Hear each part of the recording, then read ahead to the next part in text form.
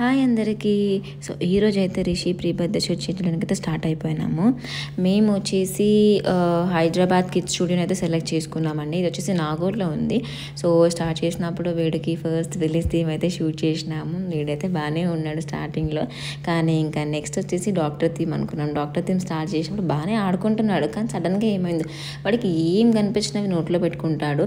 పాపం వాడు కింద పడిపోతున్నాడు, పైన పడిపోతున్నాడు. అంటే లైక్ కూర్చున్న పొజిషన్ కరెక్ట్గా లేదు. వాడికి బొమ్మ కావాలి, ఒకసారి సెతిస్కోప్ ఒకసారి కావాలి. సో ఆ సెతిస్కోప్ అంతా నోట్లో పెట్టేసుకుంటున్నాడు. నెక్స్ట్ వచ్చేసి మేము గోవా థీమ్ షూట్ చేయించుకున్నాము. మేము కూడా కొన్ని ఫోజెస్ ఇచ్చి ఫొటోస్ అయితే క్యాప్చర్ చేయించుకున్నాము.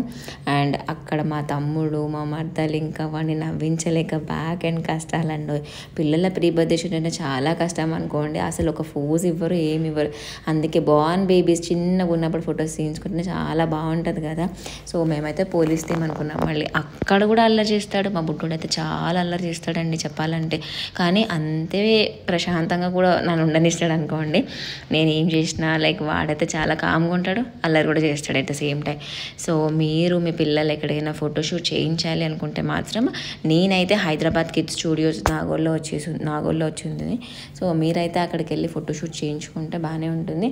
అండ్ వాళ్ళు కూడా చాలా ఓపికగా ఫొటోస్ అంతా క్యాప్చర్ చేస్తున్నారు, చాలా ఓపికగానే చేస్తున్నారు అన్నీ కూడా. సో సేమ్ డే మాకు వచ్చేసి రా పిక్చర్స్ అయితే ఇచ్చేసినారు. సో మాకు ఆల్బమ్, క్యాలెండర్ ఇంకా ఎడిటెడ్ పిక్స్ అన్నీ కూడా 1 month టైం పడతాయని చెప్పారు.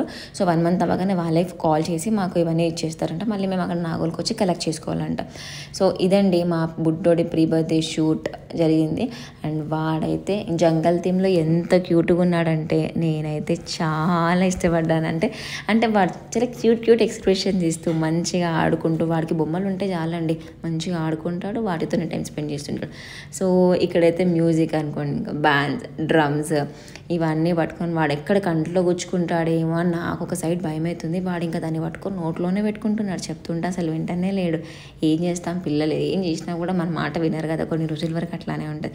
వాడు అసలు ఒక స్మైల్ ఇవ్వట్లేదు. అవి మళ్ళీ మా తమ్ముడు వెళ్ళి వాడిని కొంచెం సేపు సతాయించి, మా బుడ్డదైతే ఇంకా అసలు అది ఆగుతలేదు, వాడు డాడీ వెళ్ళి డ్రమ్స్ కొడుతున్నాడు అని చెప్పి అది కూడా డ్యాన్స్ ఆడుతుంది. ఇక్కడ కౌ బాయ్ గెటప్ అయితే చేసినాం.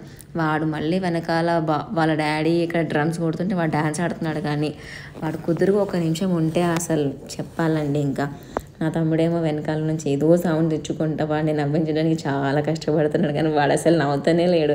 వాడు బొమ్మలు ఉంటే ఇంకా ఆ బొమ్మలతోనే ఆట పెట్టుకుంటాడు చెప్పాలంటే. సో ఇదండి మా ఫోటోషూట్ కష్టాలు.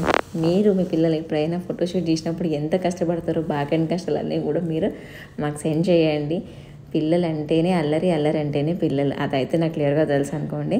సో ఫస్ట్ బేబీ కదా, ఎంతైనా కూడా చాలా ఇష్టంగానే లైక్ ఏం చేసినా కూడా ఏం అనట్లేదు అనుకోండి. వాడిని ఏమన్నా వాడు ఏం చేస్తాడు చెప్పండి, పాపం వాడికి ఏం అర్థం కాదు.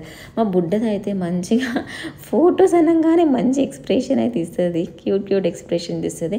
వాడు ఇంకా లాయర్ గెటప్లో ఎంత క్యూట్గా ఉన్నాడు అంటే అబ్బబ్బా చాలా క్యూట్గా ఉన్నాడు. సో మరిన్ని ఇలాంటి వీడియోస్ కోసం నా ఛానల్ అయితే